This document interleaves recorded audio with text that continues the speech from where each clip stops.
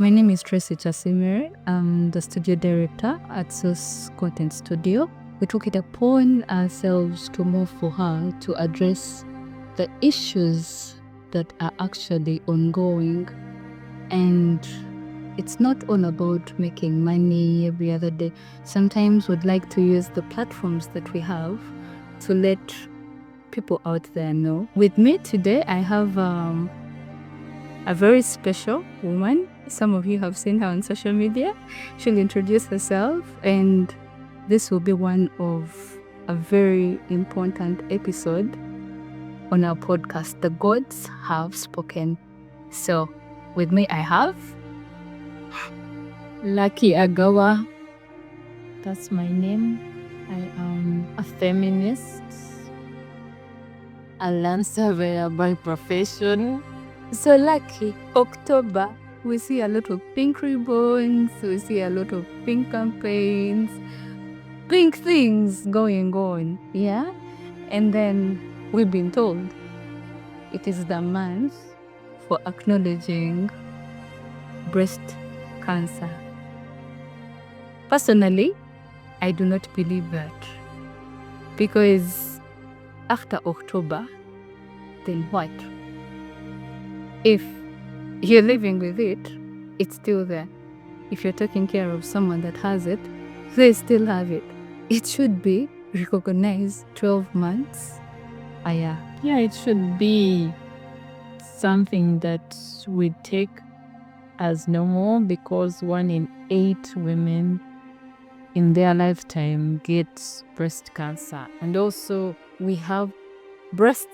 It's part of our bodies. This is not something like we can put on in October. These are our body parts. They are here to stay. They are interesting features on our bodies. Talking about being comfortable with our breasts. When did you first notice that you had breasts? When did you get your first breasts? Puberty.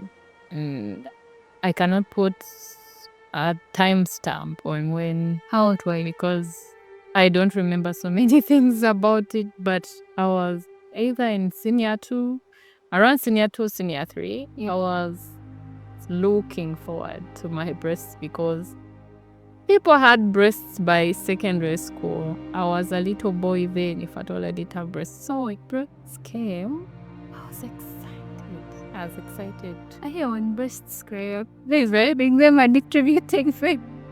I was really excited. I remember looking forward to putting on bras, and my mom used to warn me like, yo, something you're excited about, you will not like it. Yeah.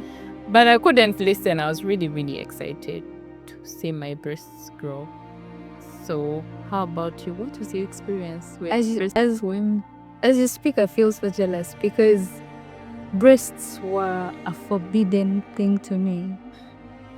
I think I woke up one day and I had breasts. When was that? I was in P6, 12 years old. And I just had breasts. And then at school, they used to say if you had breasts, you were an older girl. So, well, most people in P6 are about 12 years. I was not an older girl. It was the age. Also, they had breasts, but I was bullied a lot for having breasts, so I hated it. And then our house help at home used to tell me all these stories. If you want them to go back, your maternal uncle, if they leave a seat, you go and lie down flat, they will go back. Hey, uncle has come. I shall go and lie down. Hoping those things go away. In the morning, they are there. She told me get mingling sticks. Hit them boobs. I hit the boobs. They did not go away. So I resorted to wearing bigger shirts. I became a boy because I was embarrassed to have boobs. So clearly, we all have different experiences with breasts. So many of us have so many different stories about breasts. But as women, we are growing breasts. We have different shapes of breasts. We have different sizes. But we have breasts. They're there. And they are special and will breastfeed. First of all, have you ever checked your breasts for breast cancer? Yes. You have? Yes. What was it like? I often check my breast. I am comfortable with my body. I touch them. I look at myself in the mirror.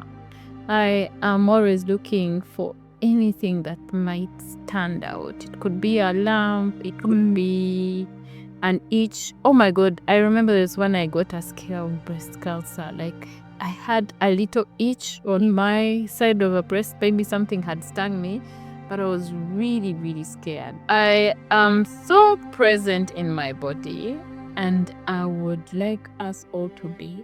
It is your body, so look at it. Stand in the mirror with your naked breasts. Look at them, touch them. They are yours. It is your body. Maybe you might see something, because the earlier you see it, the better. You speak from a space or a position of someone that had the knowledge of breast cancer. I'll say that straight. Until this month, I have never been more aware of breast cancer. Also, again, I was shy. I hated my boobs. Not because they were deformed or whatever, also there's no deformed boobs, but because I grew up in a culture where they sort of seemed forbidden. So you will not catch me in the mirror looking at my boobs. Those are just things like my arm. I will not give them any other special treatment. So where did you get the information? How did you know about breast cancer? Was it from the internet? Did someone tell you about it? How did you know to touch your boobs? What were you doing? These are your titties. But they are telling how to check for alarm. Anyways, I think I've also got to know about breast cancer from the internet. Thank God we are keeping so many stories on the internet, so many experiences. Oh my God, the internet is so educative. I am so passionate about women and things that concern us because I am a woman. So it is something that interests me. Yeah. I would love to know my body. I would love to be so present in my body and be in control of things that happen within my body. So yeah, I was interested. Some interesting thing to look into as a woman. If everyone you are also like a woman. Lucky, just to correct you on that, as a woman, there is a 1% of men that get breast cancer. And these are things that no one talks about, that I have also just learned. And I'm like, oh my goodness, everyone needs to go for screening. Also, just like you go for a regular body checkup, where you do a full body checkup, you don't have to wait for the lump. I think, because I've always wondered, how do you get breast cancer? Family, genes, radiation, all these things.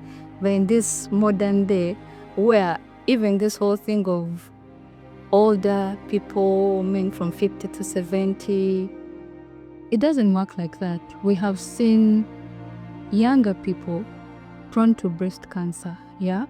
So men get breast cancer too. It is not just the women. The beginning of the beginning is know your body, be comfortable in your body, touch your body. Like, if at all there is any change in your body, if you are so conversant with your body, you will notice it in time. Yeah. That is where we start from. Do you know anyone, or have you ever been around someone that has had cancer in your life? No, but I've seen so many stories. We were sharing about a 9-year-old having cancer. 9 years old child having cancer. What kind of cancer? Breast cancer. Oh wow. So clearly, it is close to home. Like, it does not have age limit, or it's not like it is for the other old women. Yeah. Okay, breast cancer, yeah, too. That is so unfortunate. We are privileged to have ladies coming to studio and share their stories with us.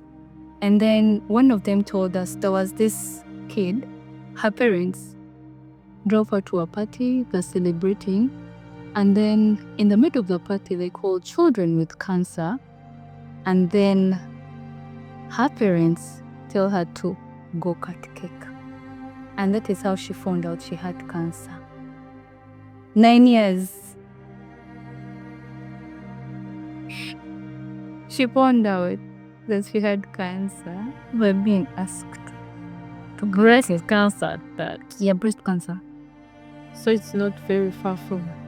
So I think this is a gap that maybe young people like us, people with platforms, people that can speak, I think we need to do better. Because why am I finding out that I have breast cancer at an event? Why are you driving me to a cancer institute and I'm reading cancer and I'm having to break down that information for myself? Parents, counselors, activists, advocates, I think we need to do a better job informing people that cancer is not for the older people. Anyone can have cancer, men, women, And cancer is not death sentence. It is not a death sentence. You heal, it doesn't mean it's the end of your life. There's so many people surviving cancer. Do you know anyone? Do you have anyone close to you that has suffered from breast cancer?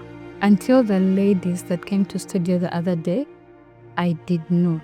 However, I have known a few, but someone in particular, someone close to me that has had cancer. And I wish I knew then what I know now, because I could have handled the situation better. This is someone that was close to me, and I didn't know what to do. I had no idea. I didn't know how to check up on them. Also, I felt like You were so scared.